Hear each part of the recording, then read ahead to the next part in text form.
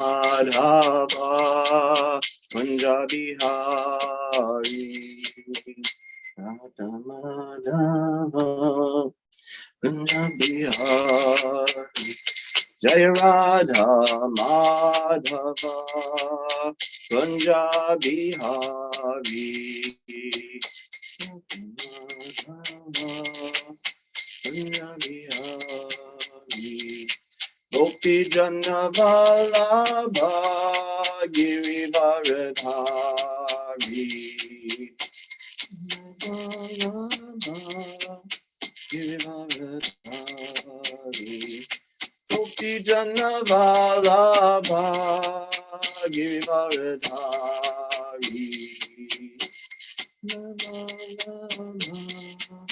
Girivaradhari Yashoda Nandana Bhaja Jana Ranjana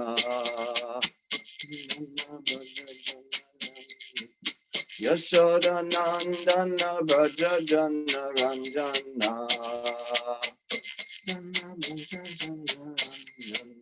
Yamuna Tiravanachari Yamuna Tiravanachari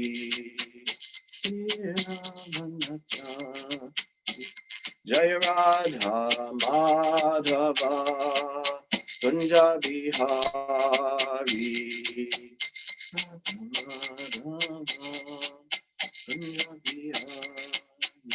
Jaya Radha Madhava Kunja Bihari Radha Madhava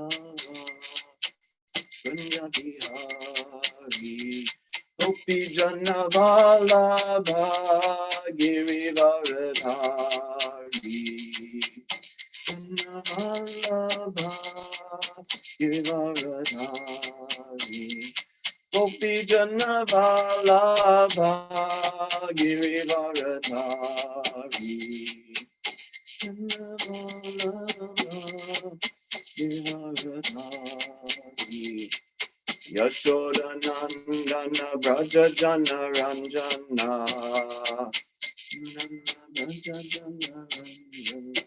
Yashoda Nandana Braja Jana Ranjana Yamuna Tiravanachari Yamuna Tiravanachari Tiravanachari Hare Krishna Krishna Krishna Hare Hare Hare Rama Rama Rama Hare Hare Hare Krishna Krishna Krishna Hare Hare Hare Rama Rama Rama Hare Hare Hare Krishna Krishna Krishna Hare Hare Hare Rama Rama Rama Hare Hare Hare Krishna Krishna Krishna Hare Hare Hare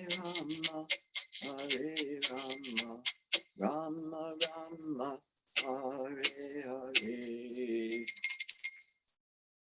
Jayam Vishnupad Paramahamsa Prabhajakacharya Stotra Satta Shri Srimad His Divine Grace Srila A.C. Bhaktivedanta Swami Srila Prabhupada Ki Jai. His son BBD founder Acharya His Divine Grace Srila Prabhupada Ki Jai. Jayam Vishnupad Paramahamsa Prabhajakacharya Stotra Satta Shri Srimad His Divine Grace Srila Bhakti Siddhanta Saraswati Thakur Maharaj Srila Prabhupada Ki Jai. Ananta Vaishnav Vrinda Ki Jai. Namacharya Srila Haridas Thakur Ki Jai. Jai. Shri Krishna Chaitanya Prabhu Nityananda Shri Advaita Gadadhar Shivasadi Gaura Bhaktivinoda Ki Jai. Jai. Radha Krishna Gopa Gopinath Shama Kund Radha Kund Gopinan Ki Jai. Vindam Ki Jai. Mayapur Dham Ki Jai. Yamuna Mai Ki Jai. Ganga Mai Ki Jai. Bhakti Devi Ki Jai. Tulasi Maharani Ki Jai. Samaveda Bhaktivinoda Ki Jai. All glories to the assembled devotees. All glories to the assembled devotees. Hare Krishna. Assembled devotees. Hare Krishna. Shri Guru and Shri Guranga. Namo Vishnu. Namaste Bhaktivedanta Swami Niti Namini Namaste Saraswati Devi. Gaurani Pacharani Nevasesha Shanivadi Pastidadi Shatani. Om Namo Bhagavate Vasudevaya. Om Namo Bhagavate Vasudevaya. Bhagavate Vasudevaya. Om Namo Bhagavate Vasudevaya. Om Namo Bhagavate Vasudevaya. Om Namo Bhagavate Vasudevaya. Reading from Srimad Bhagavatam, Canto 1, The Creation, Chapter 7, The Son of Drona Punished, Text 9. Shonaka Uvacha, Savaina Vritti Nirata, Sarvatropikshako Muni, Kasyava Brihatim Etam, Atmarama Samabhyasat. Shonaka Uvacha, Savaina Vritti Nirata, Sarvatropikshako Muni, Kasyava Brihatim Etam, Atmarama Samabhyasat. Shonaka Uvacha, Nirata, Sarvatropikshako Muni, Kasyava Brihatim Etam, Atmarama Samabhyasat. Everyone chant. Hare Krishna. Saunaka uvacha save nivritti nirataha sarvatro pakshako munihi kashyava vrahatim etam atma ramaha samabhyasat. Shaunaka Uvacha Savai Nivritti Nirata Sarvatopekshako Muni Kashyava Brihatim Etam Atmarama Samabhashat.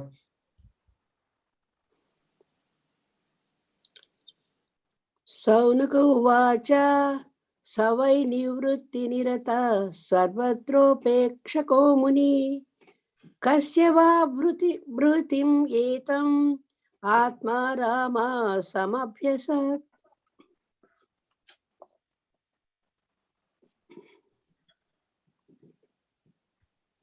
Hare Krishna. You can do. Saunaka Uvacha Savai Nivritti Nirataha Sarvatropekshako Munihi Kasyava Brihati Metam Atma Ramasamabhyasat. Shaunaka Uvacha Savai Nivritti Nirataha Sarvatropekshako Munihi Kasyava Brihati Etam Atma Rama Samabhyasat.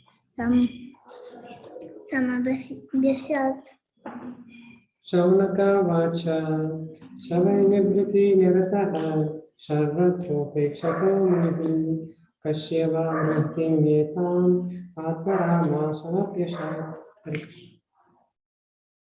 Hare Krishna. Saunaka Uvacha Savai Nivritti Nirataha Sarvatropekshako Munihi Kasyava Brihatim Etam Atma Ramaha Samabhyasat. Hare Krishna.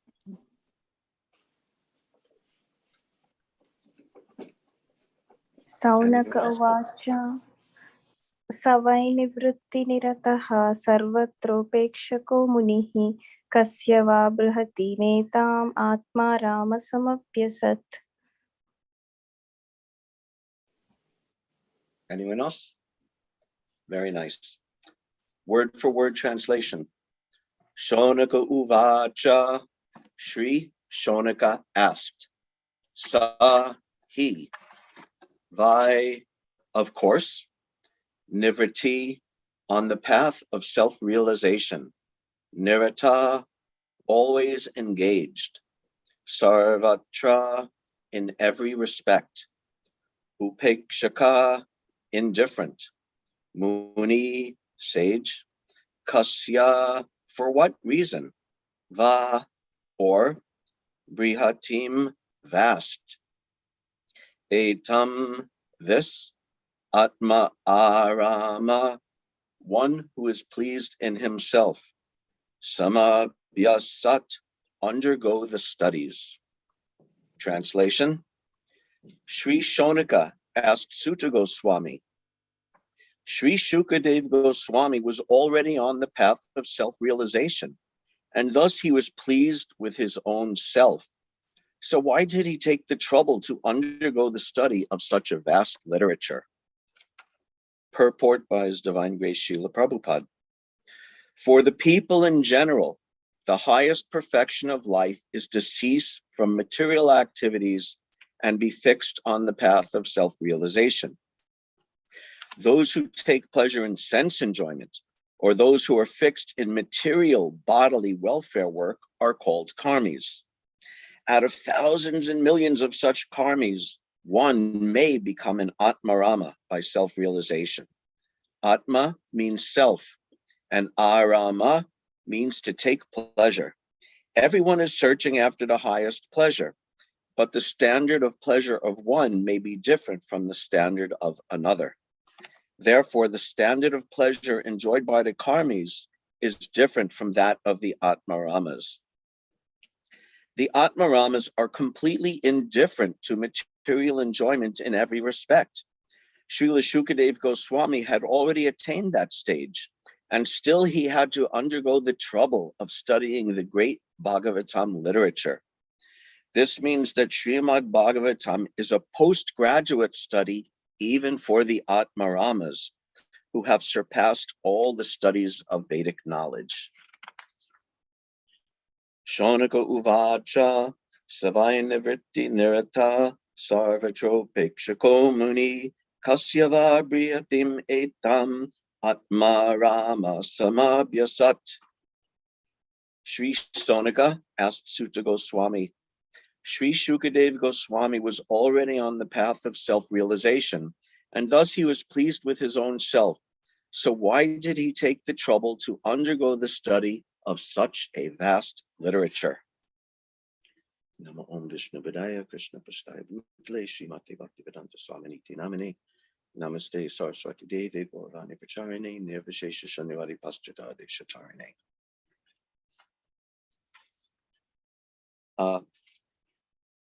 Another amazing section of the Bhagavatam.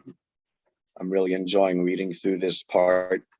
And we know in the very beginning of the Bhagavatam, the sages asked 6 questions, and those 6 questions gradually generated the entire Srimad Bhagavatam. This is not one of those 6, but it comes very shortly after, very early in the Bhagavatam, that they're asking another question. And this is such a brilliant question, a really intelligent and really insightful question. And you could almost, this verse and tomorrow's verse, the so-called Atmarama verse, so important that Lord Chaitanya Mahaprabhu devoted so much time and energy and intellectual acumen and scholarship in analyzing them. We read in Chaitanya Charitamrita how first he explained this verse in 18 different ways to Sarvabhauma Bhattacharya, and then Sanatana Goswami heard about that And so he inquired from Lord, I heard you explain this verse, this very important Atmarama verse to Sarvabhauma Bhattacharya. Can you explain it to me? And Lord Chaitanya explained it in even more depth by taking every single word of the verse and analyzing the different meanings of the different meanings of each word and how they interact with each other and how they relate and all the different meanings and all the different conclusions and practices that could be drawn from it. So such an important question, such a brilliant question, and such a brilliant answer. So what makes it a brilliant question? Because this question, it establishes the superiority of bhakti, specifically bhakti as practiced by the process of hearing and chanting, and even more specifically practiced by hearing and chanting Srimad Bhagavatam, its superiority over any other kind of process or any other kind of realization that may be available. And it does this by looking at the nature of bhakti itself and the nature of the practitioner as well. So a brilliant question, an amazing question. Another thing about this question is this is a question that would never in a million years occur to a materialistic person. Prabhupada explains,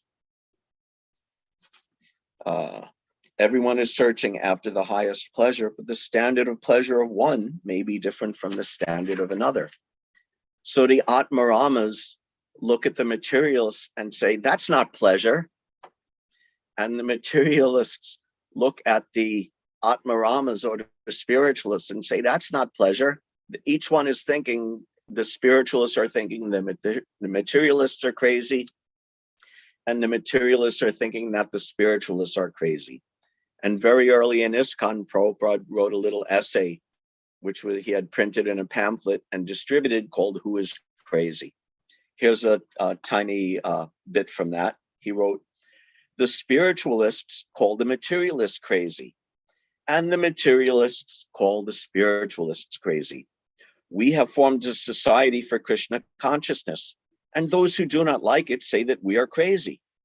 Similarly, a person in Krishna consciousness sees a person who is acting in material consciousness as a crazy person. Who then is actually crazy? So this is the position that the transcendentalists, the spiritualists of any variety, looks at materialistic life and he goes, that is crazy. That is not happiness. I am not going to take part in that. And this is called nivritti. Nivritti means to give up, to renounce, to not take part in something. What's that? Nivrittatar upagiyamanat bhavoshadat chochamano biramat. Nivrittatar nivritta trishna. You've given up the thirst, the desire for enjoying in this material world. And upagiyamanat, you've taken up what?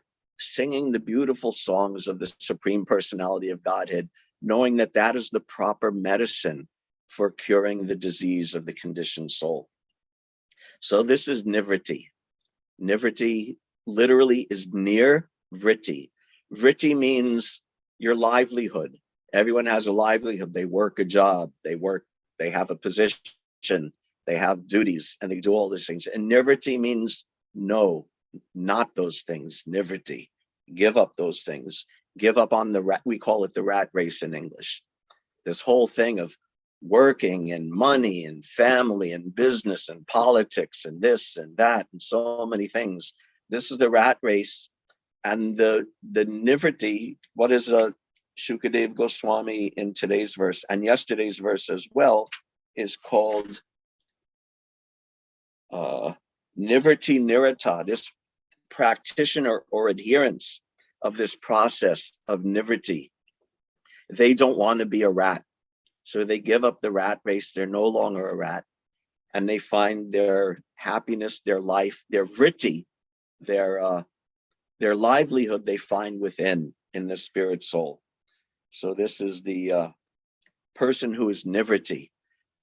Manu Samhita says, and Prabhupada would quote this occasionally, that pravriti esha bhutanam, Everyone in the world, pravriti esha bhutanam, all living entities are interested in pravriti. Pravriti is the opposite of nivriti. So if nivriti is giving up this material world, this rat race, this sense gratification, all this false engagement, pravriti means eagerly accepting it. Pravriti. Again, vritti means livelihood. I don't know if anyone recalls either, what was it, last week or 2 weeks ago, when I discussed that Sanskrit prefix prakrishta rupena. So pravriti means prakrishta rupena vritti, that you're completely devoting yourself to materialistic life. Prabhupada and the Bhagavatam would also use the word grihavrata. Grihavrata, one who's taken a vow of materialistic life. In spiritual life, there's the grihasta ashram, which we also spoke about last week, how all of the varnas are ashrams or spiritual shelters.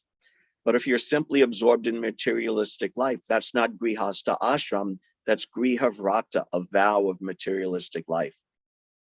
Or elsewhere in the Bhagavatam, Yudhishthira Maharaj calls it griha mudhadi, that you're foolishly focusing your entire consciousness on materialistic life, on householder life.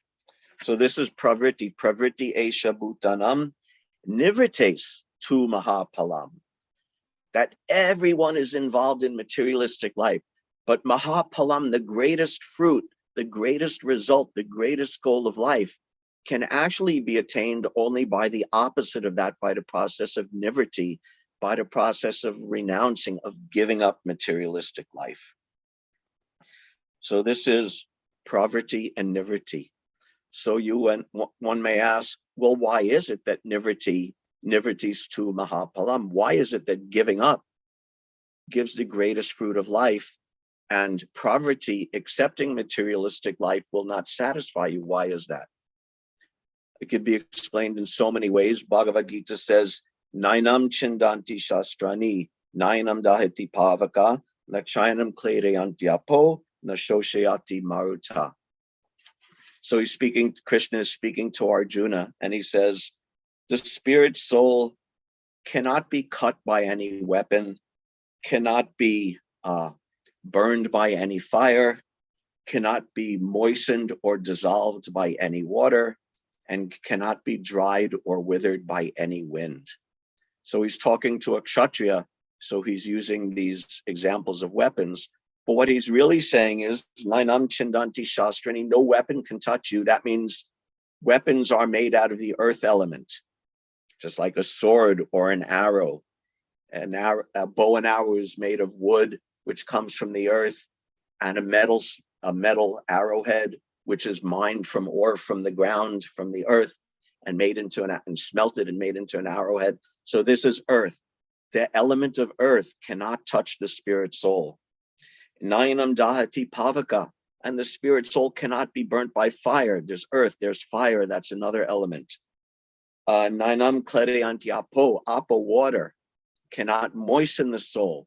And na shoshayati maruta, and the wind cannot dry. So earth, water, fire, air, ether, all of these materialistic elements cannot touch the soul. And if they cannot kill the soul and cannot harm the soul, it's equally true that it cannot satisfy and it cannot gratify the soul, because the soul has no genuine contact and no genuine effect from contact with these material elements. That's why this pravriti engagement is doomed to failure. Doomed to failure. You won't be satisfied. You won't be happy in the long run by this process, because you have nothing to do as spirit soul with these material elements. So therefore, the only alternative is nivriti, giving up this attachment, this contact with materialistic life, with materialistic elements. Now, of course, in Krishna consciousness, we understand that we take these material elements, these material objects, and we engage them in Krishna service. That's another issue. Like Prabhupada would say, this dictating machine is a material object, but we use it in Krishna service and spiritualize it, or our money, or our body, or whatever.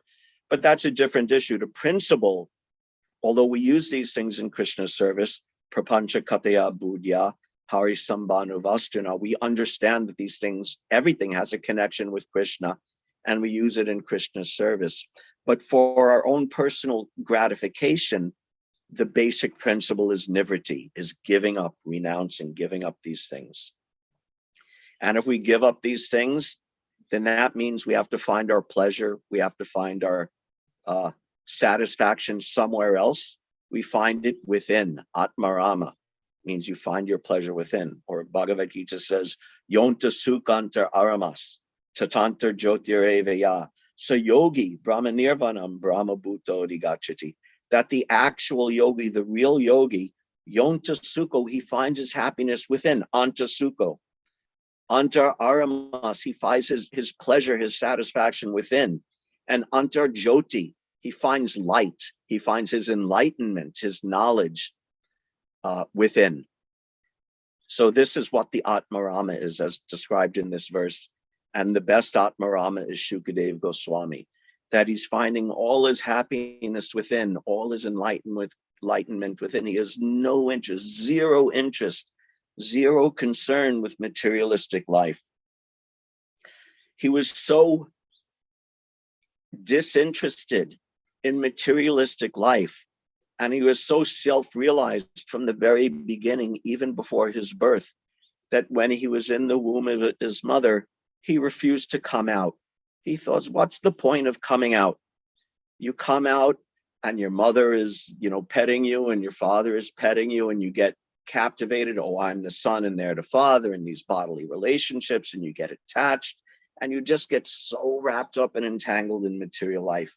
So he actually didn't come out of the womb for 16 years. He remained in his mother's womb. So don't ask me how this is possible or how it happened. But he did that, and of course, causing his mother tremendous pain, not just physical pain, but mental pain and anguish, anxiety that this child, he's there, but he's not coming out. And the father is lamenting, my son is not, the father of Vyasadeva, my son, he's not coming out. And finally, Krishna said, don't worry, I'll protect you from I'll protect you from illusion, you come out. So finally, after 16 years, unwillingly, but he did it. He came out of his mother's womb. This is how internal his life and his realization was, and how disinterested he was in external materialistic life. This is described earlier in the Bhagavatam in chapter 2.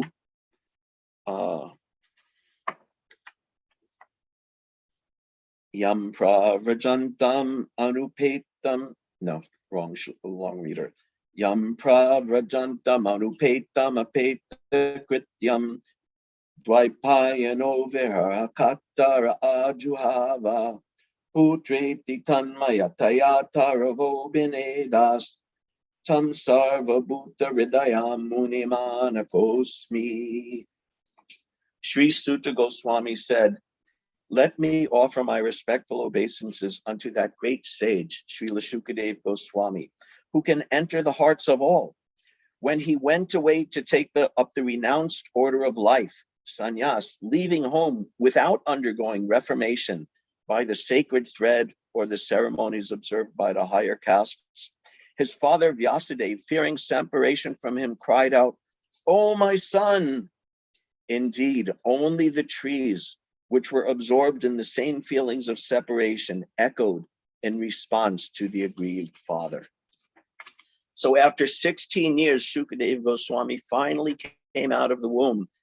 And when he came out, he was 16 years old. So he got up, walked away, walked into the forest. I have no interest in this family life, materialistic life. He walked away, and Vyasadeva was calling after him, "My son, my son." And the only response was the echo from the trees.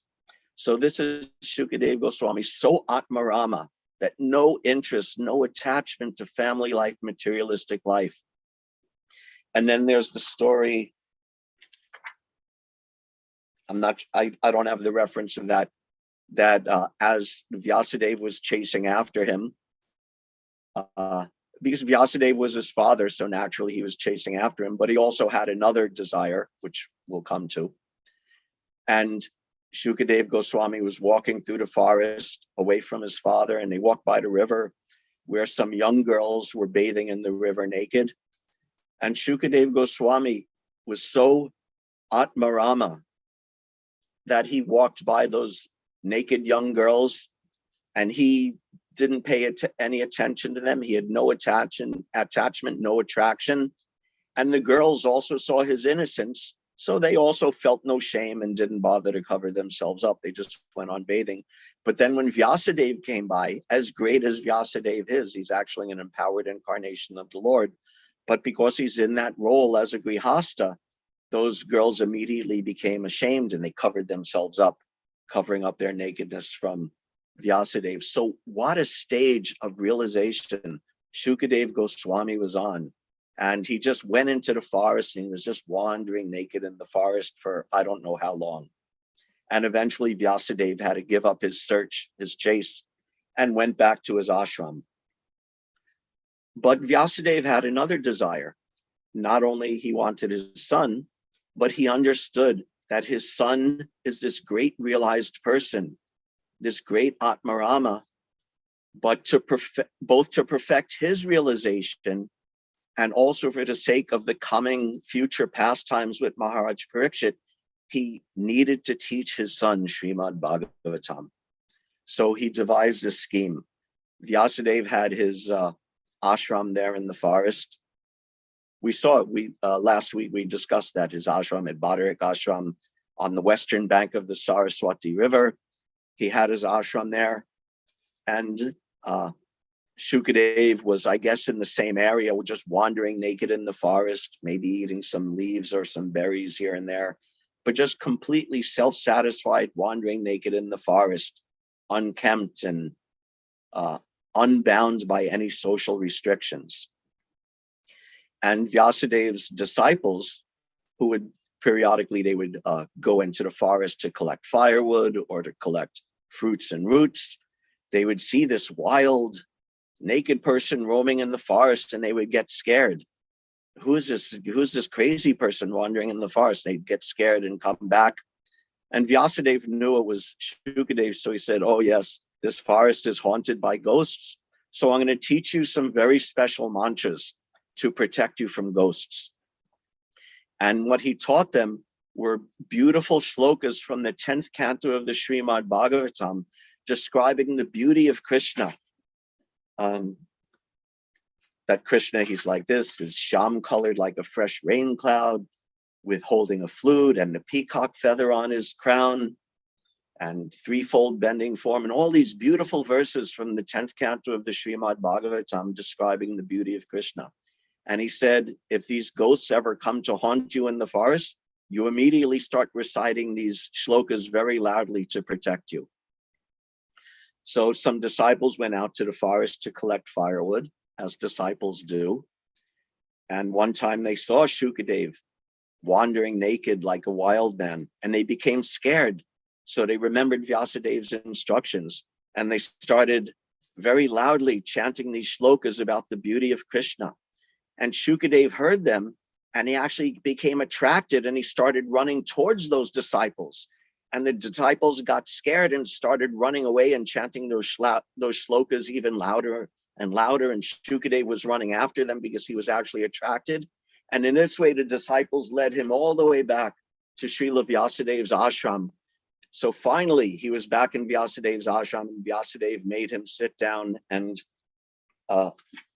study and learn the Srimad Bhagavatam. Again, today's verse, what's the word? Take the trouble to undergo the study of such a vast literature. So in this way, he's an Atmarama. He has no interest in family or anything or clothing or society. But when he heard the pastimes of Krishna, then he became attracted. This is the key point, that even those who have no material desires, they have a desire and they become attracted to the beautiful form and the beautiful pastimes and the beautiful appearance and the beautiful holy name of Krishna. And I have a few references about that. all very beautiful references. One obvious one is the four Kumaras. They also totally Atmarama, totally self-realized. And again, so as Shukadev Goswami was wandering naked, the four Kumaras were also wandering naked over the whole universe and keeping the form of little children so that there would be no question of any kind of materialistic attraction. But when they went to Vaikuntha, here's what happened.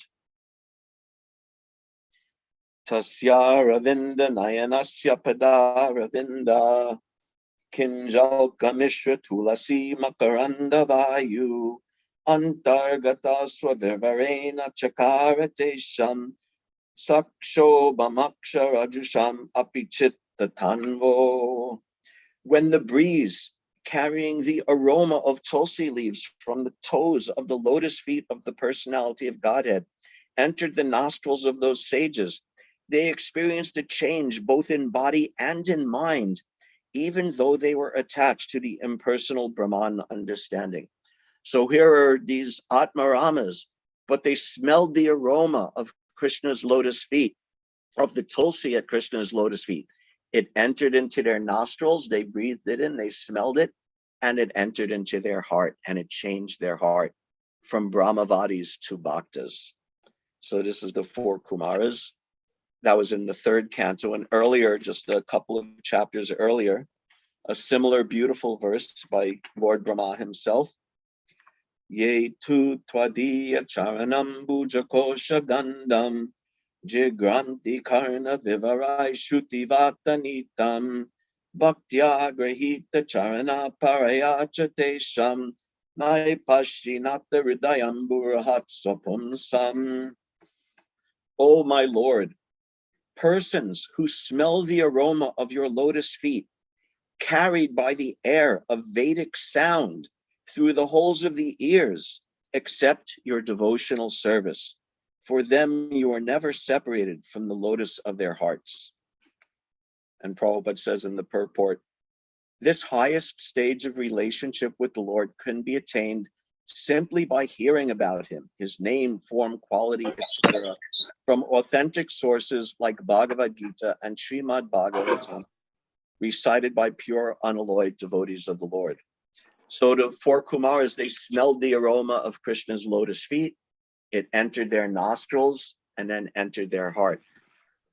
Lord Brahma is saying that the aroma of Krishna's lotus feet, carried by Vedic sound, entered the holes of the ears. So that means he's in a poetic way saying, by hearing about Krishna, that enters instead of the nostril holes, it enters the ear holes. But the same thing happens, it enters and it goes into the heart. What's that? Hridayambur Hatsopam Sam, it enters into the lotus of your heart through the ear holes. That's another beautiful verse. And one more final beautiful verse. This is verse from Srila Rupa Goswami's Vidagdha Madhava. Tunde Tandavani Ratim Vitanute Tundavali Labdaye Karna Kroda Kadambani Gatayate Karnarbudebhya Spriham Cheta Prangana Sangani Vijayate Sarvendriyanam Kritim No Jane Janitaki Adbiramritai Krishneti Varna Dvai. I do not know how much nectar the two syllables Krishna have produced. When the holy name is chanted, it appears to dance within the mouth. We then desire many, many mouths. When that name enters the holes of the ears, Karna Kroda. When that name enters the holes of the ears, we desire many millions of ears. And when the holy name dances in the courtyard of the heart, it conquers the activities of the mind, and therefore all the senses become inert. So in the first verse to Kumaras, the fragrance entered their nose and went into their heart and made them pure devotees. Lord Brahma, the sound vibration of Krishna's pastimes entered his ear, and then entered his heart and made him a pure devotee.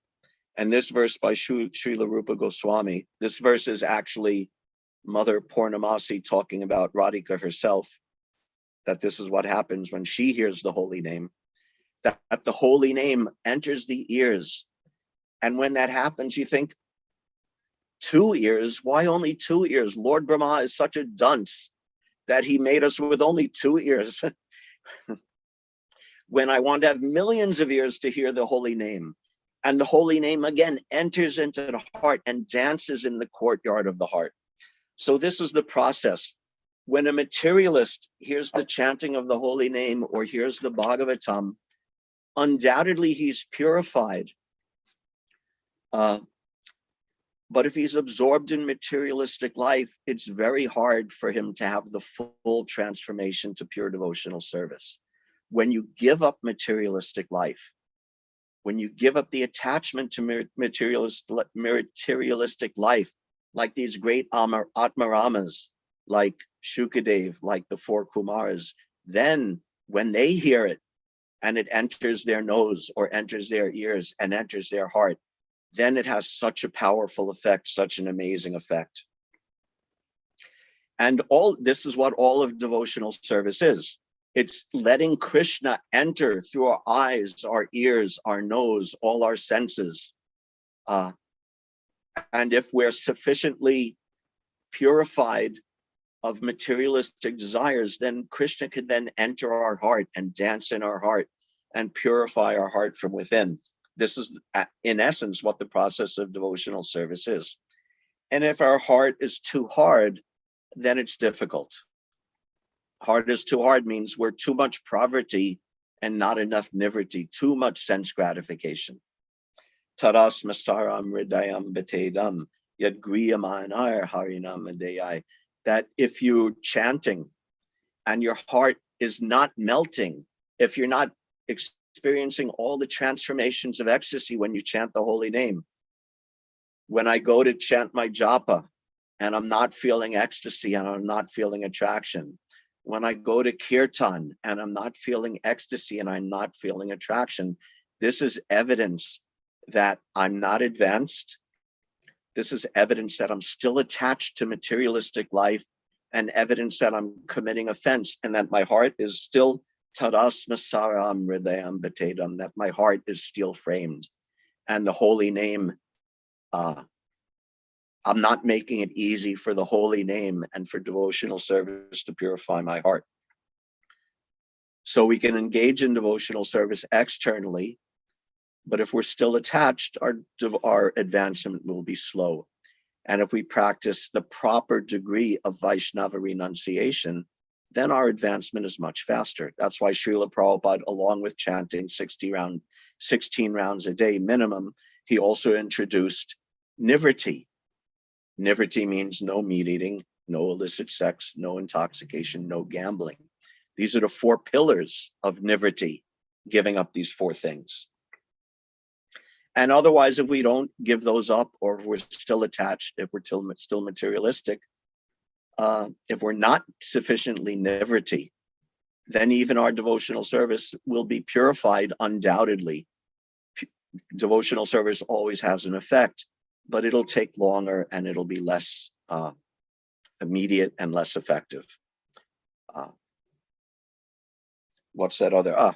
Bahu janma karyadi shravana kirtanam tabutana paya Krishna pare premadana. That if you're chanting for many lives, but if you're offensive in the process of chanting, then you could chant for many lives without getting the fruit of love of God. So therefore, this nivriti, this principle of nivriti being renounced is very important. Yet at the same time, we always have to remember that nivriti itself is not success, simply being renounced. The 4 Kumars were not successful until they added devotional service to their nivriti. Shukadev Goswami was not perfect until devotional service, until Srimad Bhagavatam was added to his nivriti. And in fact, too much nivriti, too much renunciation without devotional service itself makes the heart hard. It's actually a selfish endeavor as much as the materialist is. What's that? Akama, sarva kama, and moksha kama. That there are three types of person. Akama means the devotee, who is completely freed of any materialistic desire. There's sarva kama. These are the pravrittis, the materialists, who are full of all material desires. I want money. I want a full belly. I want power. I want sex. I want enjoyment. I want all of these things. This is sarva kama. And then there's moksha kama. Those who are simply desiring liberation for themselves. This is also kama. This is also a selfish desire. So nivritti, as vital as it is, needs to be coupled with devotional service for its perfection. Otherwise, it's still a selfish endeavor. It's still, in a sense, nivritti without devotional service is really just another phase of pravritti, of selfish desire. And to explain that a little bit, I don't like to step on other people's shlokas, but the Atmarama verse, which is coming tomorrow, is such a big verse and such a long purport, and there's so much unlimited commentary that could go on it. I'm going to just look at one word from the Atmarama verse. Atmaramas chamunayo nigranti apyuru krame kurvantya haitukim bhaktim itam bhuta guna hari. That all of the Atmaramas, especially those established on the path of self-realization, although freed from all kinds of material bondage, desire to render unalloyed devotional service unto the personality of Godhead. This means that the Lord possesses transcendental qualities and therefore can attract everyone, including liberated souls. So just one word we'll look at, and that word is kurvanti. Atmaramas chamunayo nigranti apyurukrame kurvantyahitukim bhaktim itam bhuta guno hari. Kurvanti simply means to do, but it's a special form of the verb to do.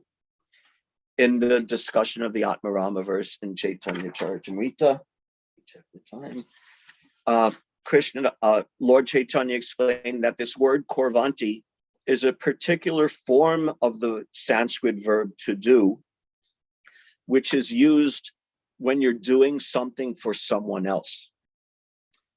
The verb to do can be applied in a way to do something for someone else, or it can be applied in a way to do something for yourself. So Prabhupada in the purport, he explains that in more detail.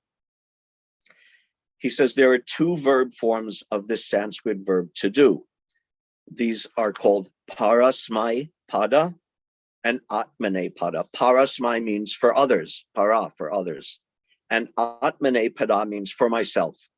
So the form of the verb to do when you're doing for yourself is kurvate. And when it's parasmai pada, the verb to do when you're doing something for someone else, this is the form of that verb is then kurvanti.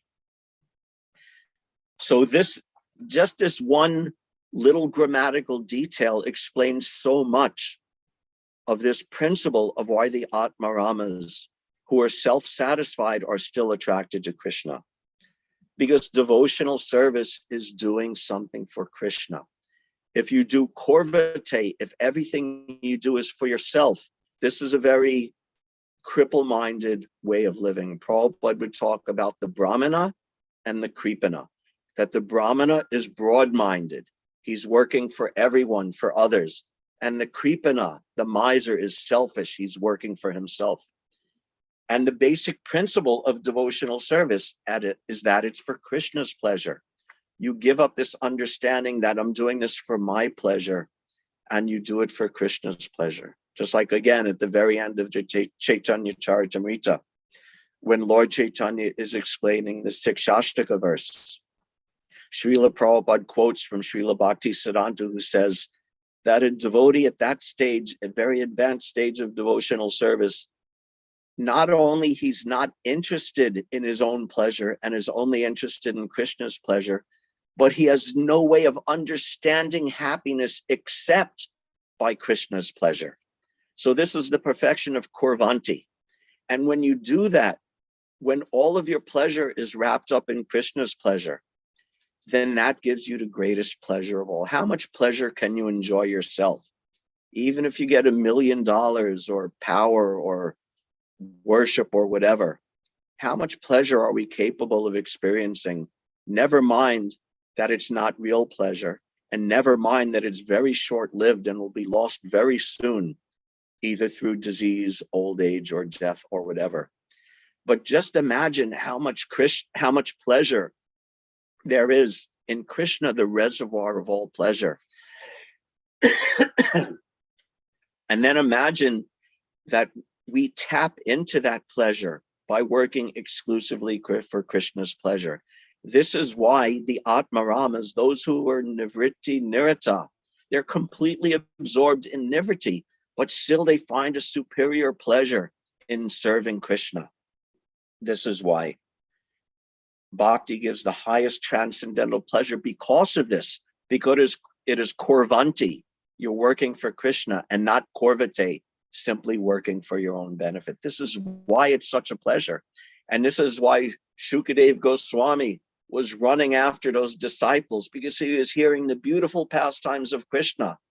And he said, why do I want to be wrapped up just in my heart when I could absorb my heart in the beautiful pastimes of Krishna? So he was running after them.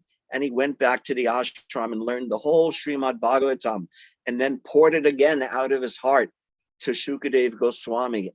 And by that, the sages of Naimisharanya heard it. And by that, today we get to hear it because of that amazing pleasure of serving Krishna and hearing Krishna's pastimes. And this is actually the definition, or at least a large part of the definition of what pure devotional service is. Anyabilashita shunyam jnana karma dhyana anukulena krishnanu shilanam bhaktir uttamam. So anyabilashita shunyam jnana karma dhyana means nivriti. That if you do that, if you give up all other desires, then that's nivriti nirita. But that's incomplete. That's the tatashta lakshana. That's the secondary definition of devotional service. That you're nivriti, that you've given up anyabilashita shunyam, you've given up all other desires. You become nivriti, but that's the secondary consideration. What's the swarup lakshana? What's the primary consideration? That's the next two lines. Anukulena krishnanu shilanam bhaktir uttamam. Anukulena, that you're favorable to Krishna.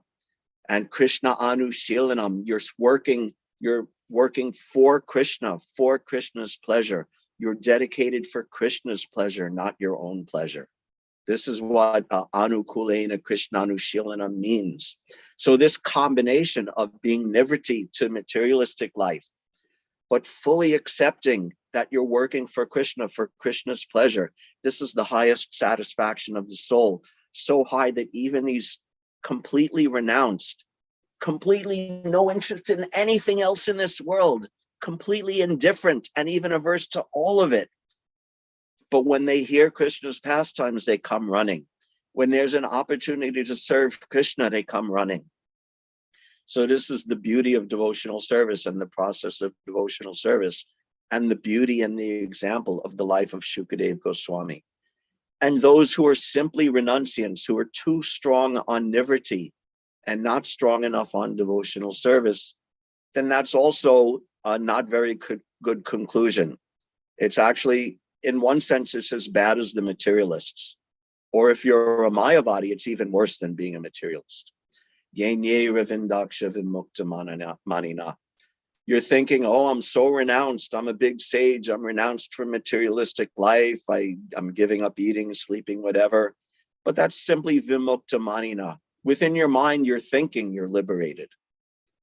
You're just thinking you're liberated. Tvayasta bhava avashuddha buddhaya. But the consciousness is still contaminated. Why? Because because you're not paying attention to the Supreme Personality of Godhead, who has beautiful eyes, just like blooming lotus petals. Yenye ravindaksha vimuktamanina twayasta bhava avashuddha bhuvaya. Aruya kritrena padam padam tata. Even you could work very hard and perform severe austerities and meditation and so much this practice and that practice in pursuit of your nivriti life. But aruya kritrena padam tatatya patantido nadrita yusmadangraya. But you're going to fall from your position of imagined superiority. Why? Patantito nadrita yusmadangraya. Because you don't have regard for the lotus feet of Krishna. So we need nivriti. We don't want to be gross sense gratifiers. What to speak of sinful, gross, materialistic sense gratifiers. So we need to be renounced. We need to follow the 4 regulative principles and live a regulated life. But we add to that. We have to add to that devotional service. And that combination is such a harmonious combination for our quick and rapid advancement in spiritual life.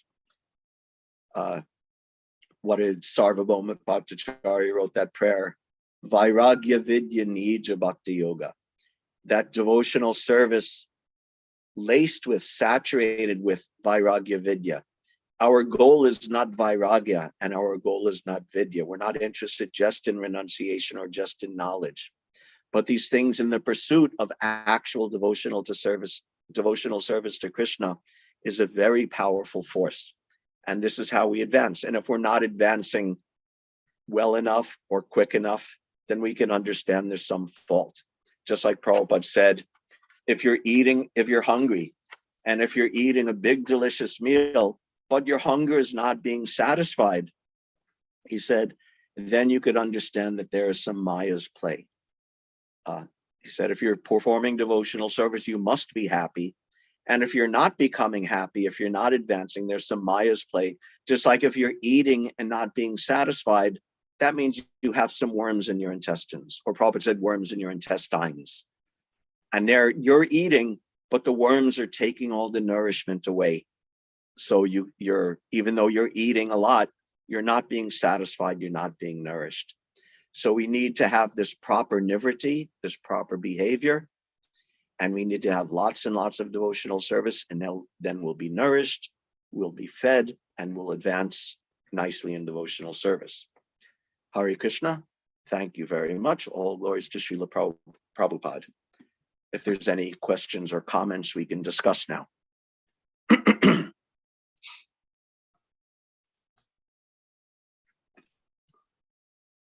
Thank you, Acharya Prabhu, again Hare for Krishna. a very, very informative and well thought out and comprehensive class on Srimad Bhagavatam. Let's jump to the questions. Mother Mitravinda has a question. Okay. Hare Krishna, Mataji. Hare Krishna, all glories to Srila Prabhupada, please send my Jai. obeisances. Very thorough and informative.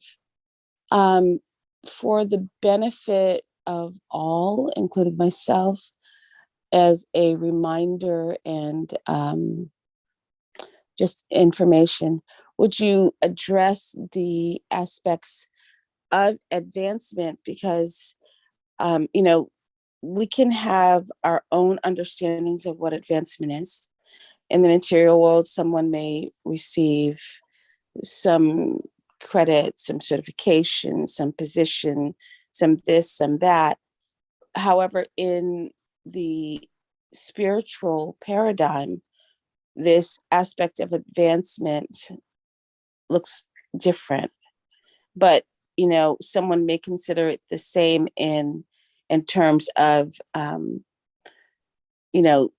serving Krishna or aspiring to serve Krishna. Or one may consider that, certain stepping stones or certain things that are achieved are advancement. What is the actual definition of advancement and the symptoms of it in terms of Krishna consciousness? That's a good question, a great question, and I don't have a simple answer. or I have a simple answer, but it's too simple. The simple answer is that advancement, the only thing that actually ultimately measures advancement is the degree of your love of Krishna. But that may not be a helpful answer, because I don't know how much you love Krishna. You don't know how much or how little I love Krishna, or how much someone else does. We don't even sometimes know how much we ourselves love Krishna. So there are these other things that we use to judge. Judging others, there's time and place for it, but it's often not a helpful thing. We want to mainly be judging ourselves. So there are these other things. How much are we serving? How much are we eager to serve? How much are we thinking of Krishna? How much are we practically doing for Krishna? There's even more external things like position, like a sannyas or different ashrams or temple president or whatever, which are not guarantees of advancement, but they're also not completely irrelevant either. Like Prabhupada said last week, in last week's class, Prabhupada said in the purport that the grihastas, the sannyasis, it's all the same, actually. They're all equally advanced in Krishna service, but still the sannyasis receive respect because of their practical renunciation. So the only thing that Krishna ultimately sees is how much we love him, but that's cultivated and manifest in such a variety of ways that I don't have a simplistic answer. In general, we could be generous with others in our estimation of their love of Krishna, and maybe a little bit less generous with ourselves in our estimation of how much we love Krishna. But we look at these things. Prabhupada would sometimes say that how much you're into sense gratification is a symptom of advancement, because he would give the example of the balance scale, that when one side goes up, the other side goes down, and when one side goes down, the other side goes up. So if our sense gratification is going down, then that's a good sign that our devotional service, our love of Krishna, is hopefully increasing. And if we find our sense gratification is going up, we may take that as a negative indicator that our love of Krishna is going down, or being lost or ignored or not paid proper attention to.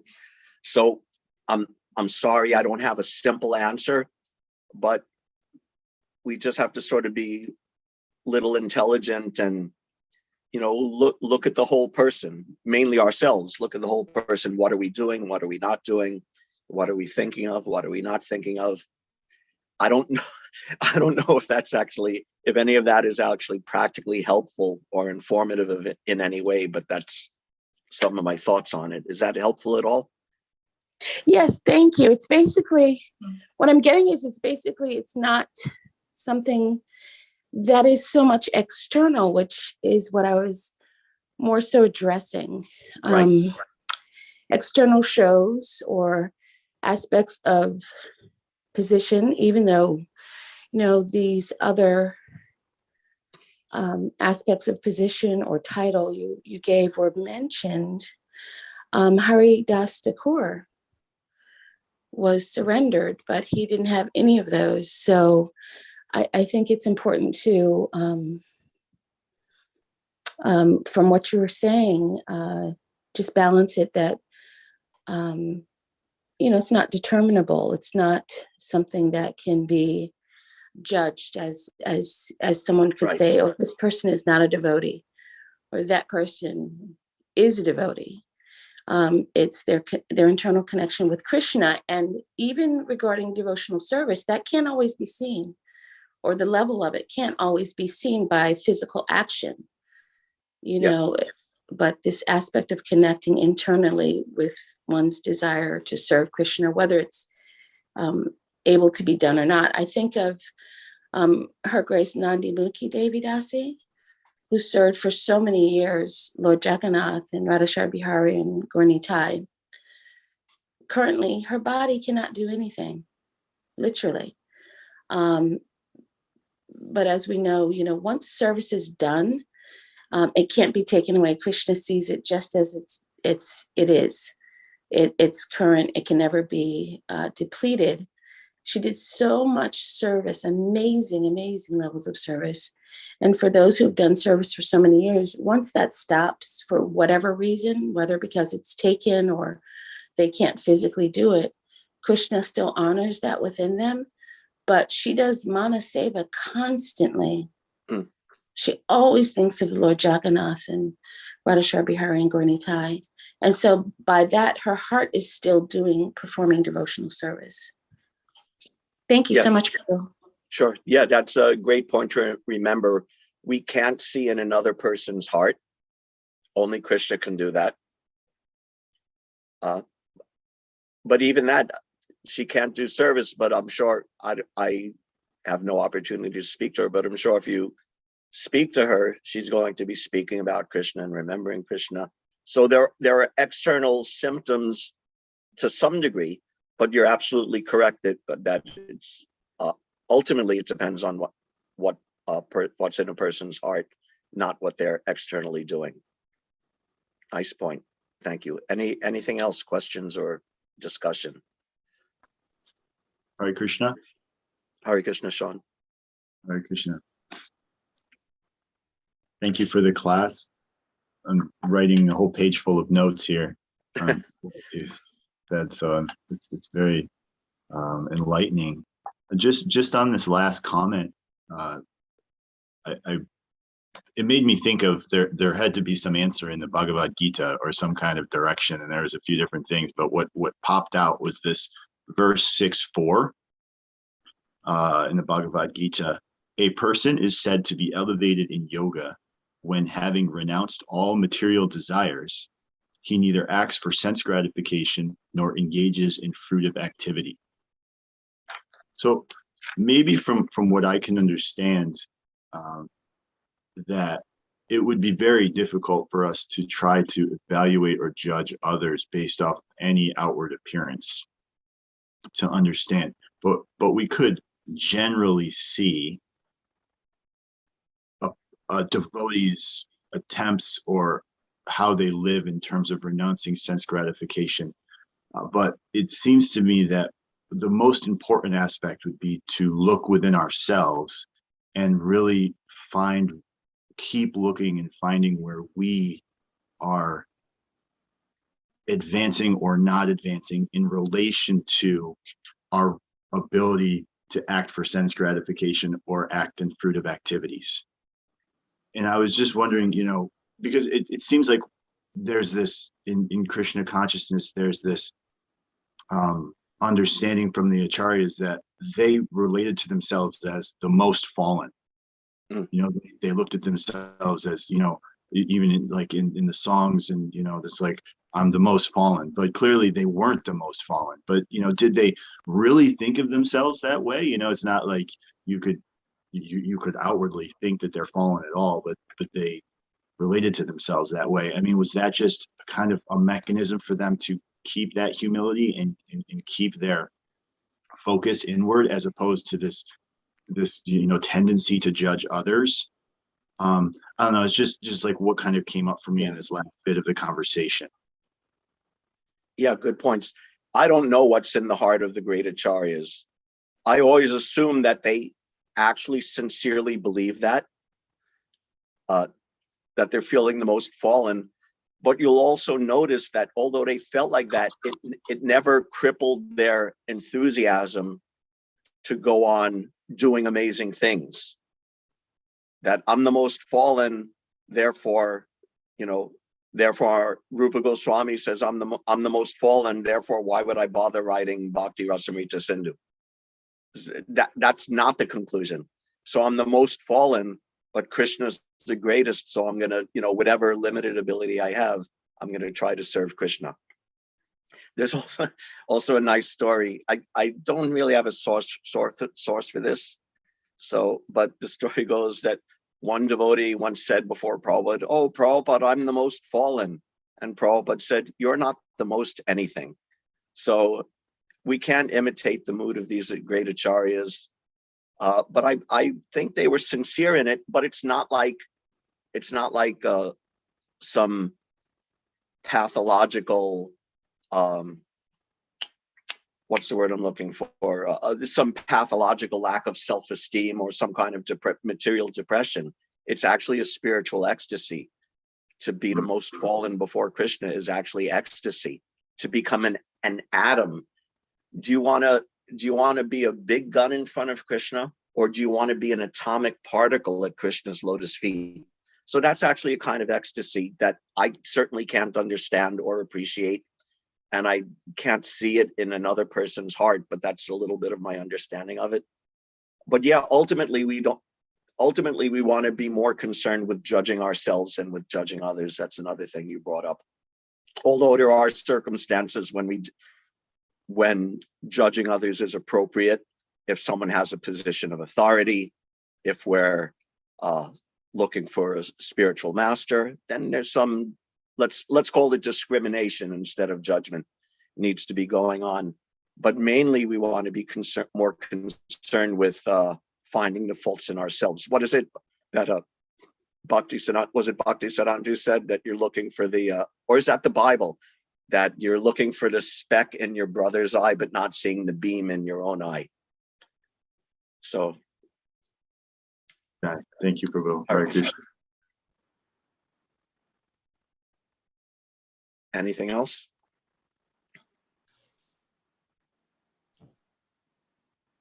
Very also, nice. I don't know if anyone's interested, but yesterday we had a discussion about the embryo in the womb praying to Krishna, and it came up about, is that always, or is that just certain ones? And I do have some information on that. If people are interested, I could share those references if there's no other questions.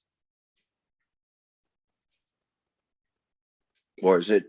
Please go ahead. Please go ahead and share that. Okay. I did a little research on that. This will take me just a second to call it up.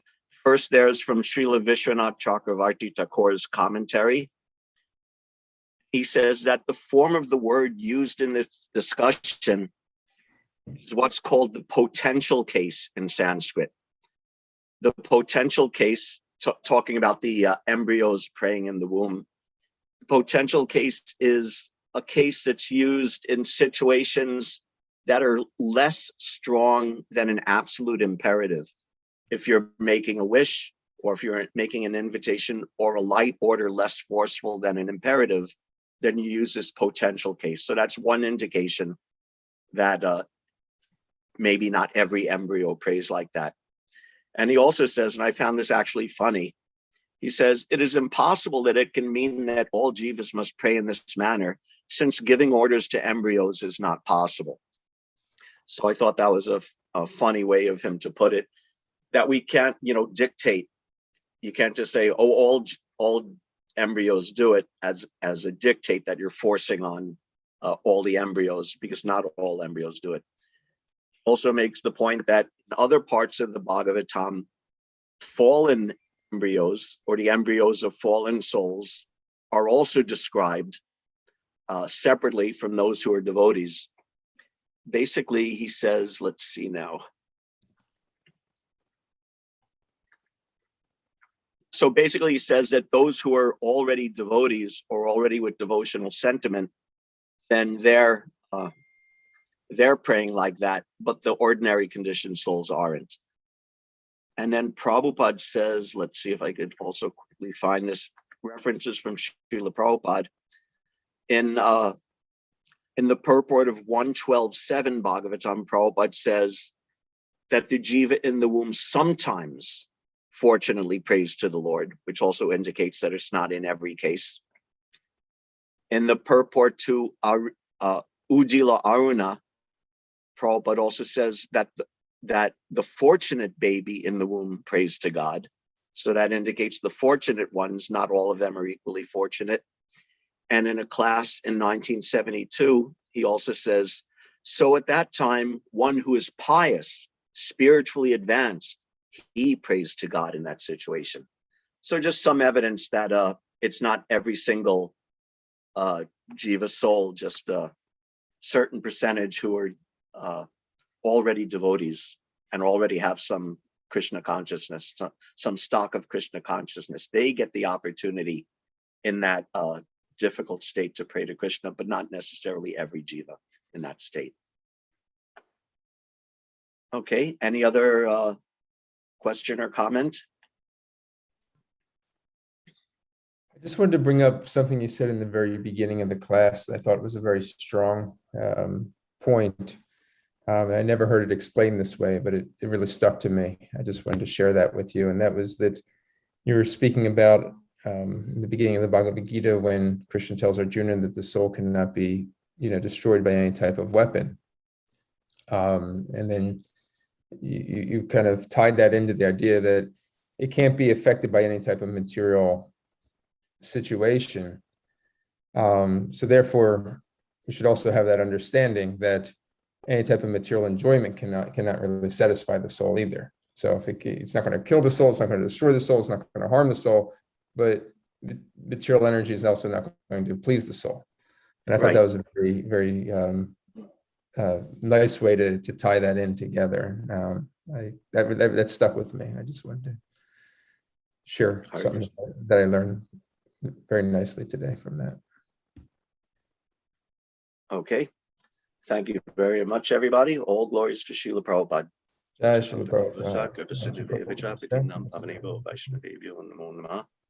Some announcement about Gita Jayanti. Yes, today we have the Sunday feast program. We're going to start a little bit early.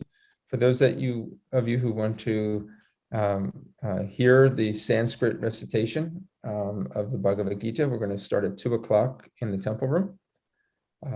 So please join us for that if you're interested. And the regular Sunday feast program will continue starting at 4:30 and then go on as usual from there. So hope to see everybody tonight, either in person or online via our YouTube channel. And next Tuesday, the 14th, starting at 5:00 in the temple room, we'll be doing the English reading of the Bhagavad Gita, just the translations. That is the actual day of Gita Jayanti. It is also an Ekadasi that day. We'll have Ekadasi Prasadam to pass out at the end. Jai. Krishna. Okay. Hare Krishna. All glories to Srila Prabhupada. Thank you. Jai. Thank you, Hare Krishna.